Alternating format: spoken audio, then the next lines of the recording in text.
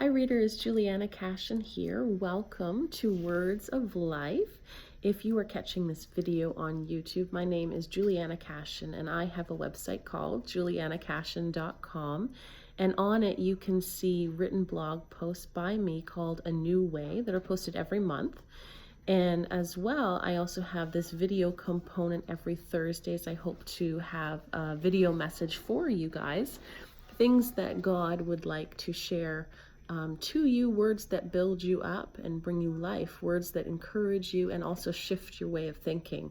So if you haven't checked out the website, head on over. If you have checked it out, I encourage you to sign up for the newsletters because they really keep you up to date with the most recent posts. They keep you informed on what's going on, and they also have helpful resources and freebies along the way too to help you in your journey.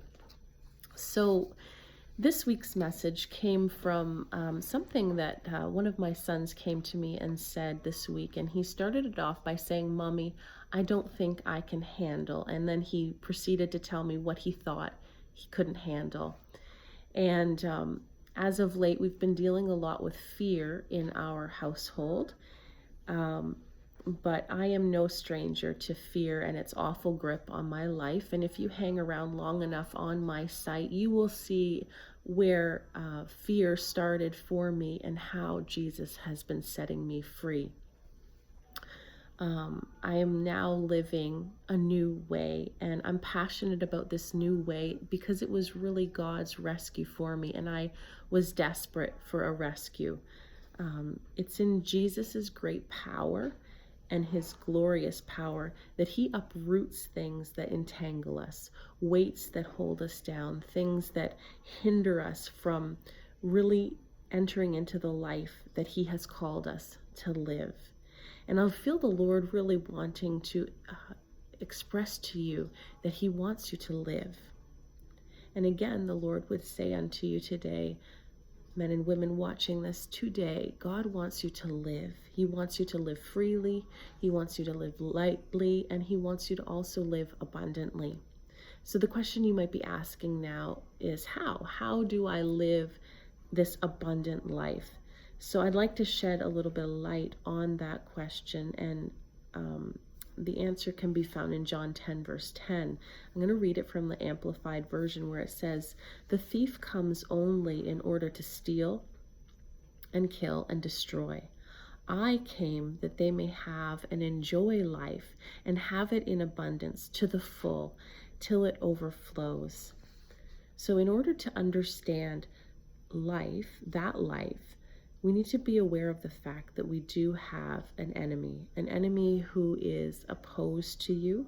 He comes disguised as an angel of light, but his purpose is the exact opposite of Jesus. He hates God and anyone who wants to live a life of freedom. He will come to you as he did to Eve in the very beginning, with taunting her with the idea that God was holding out on her. He twisted Eve's thinking, though she had everything in the garden, to believing that perhaps God wasn't good. And did he really love her? Suddenly she wasn't sure anymore. We are right now inundated with messages, and just have to adjust this. We're inundated with messages that tell us that life is doable. You need to live your best life. The world will tell you, you have what it takes. You're enough. Just believe in yourself. The message, although very positive sounding, is missing something, or better yet, someone, and that person is Jesus Christ. The world's way will tell you that you have to find a way to make your life work.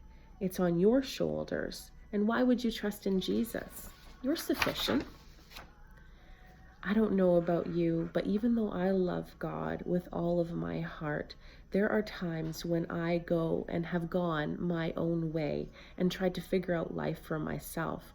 I've tried to prepare myself for the onslaught of what could be up ahead. I've tried to do life on my own, and it has nearly taken me out. But the cross, Jesus' sacrifice on the cross, has made a new way for us, and it's by and through his very life that he gives unto you.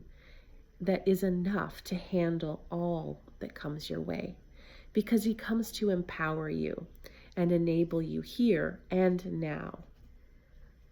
You see, there are many that are waiting until they get to heaven to rest. There are many just biding their time here and doing the best that they can until they get to heaven. But Jesus says, enter in now, and he wants us to enter into the life that he has for us, to receive that life. He empowers us by his divine enabling to do all that he's called us to do. He calls you victorious. He calls you an overcomer. He says you will reign in life.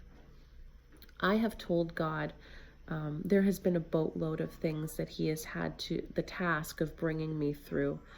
But it's so beautiful because then he was quick to share, everyone does, my daughter, everyone does.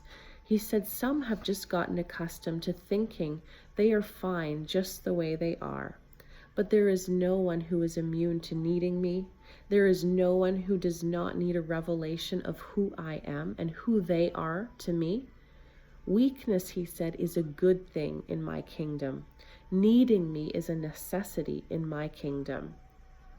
An awareness of just how broken you are is what keeps you humble and keeps you teachable. He said, no one has it all together, no matter how good it appears on the outside. No one, not one. If you have never had a revelation of your need for the Father's love, you will never go home. You actually need to see that you have a deep ache, a deep need for Jesus. And the control that you think you have over your life is an illusion, because inevitably there will be something or some situation that comes and that's unexpected that will shatter the hope that you thought you had, that you could handle life on your own. I will tell you, friends, that right now, as I live more and more free, and as I embrace the new way that God has for me, it's too big for me. It's much more than I could have ever prepared myself for. The things he's leading me to are too big.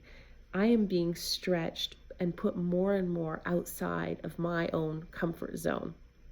But I have to say, I am loving life more than I ever have.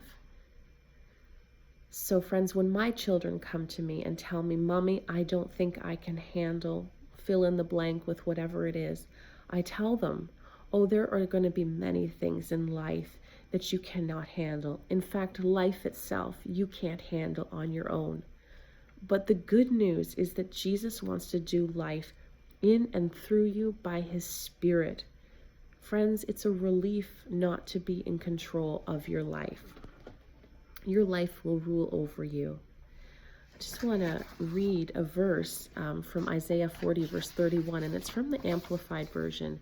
It says, but those who wait for the Lord, who expect, who look for and hope in the Lord, shall change and renew their strength and power. They shall lift up their wings and mount up close to God, as eagles mount up close to the sun. They shall run and not be weary. They shall walk and not faint or become tired. So my prayer for you, friends, is that you will see the deep ache that you have for Jesus, and that you will run out and taste and see that he is good, and that you will really come alive in the life that he has for you. I'll see you next week. Bye.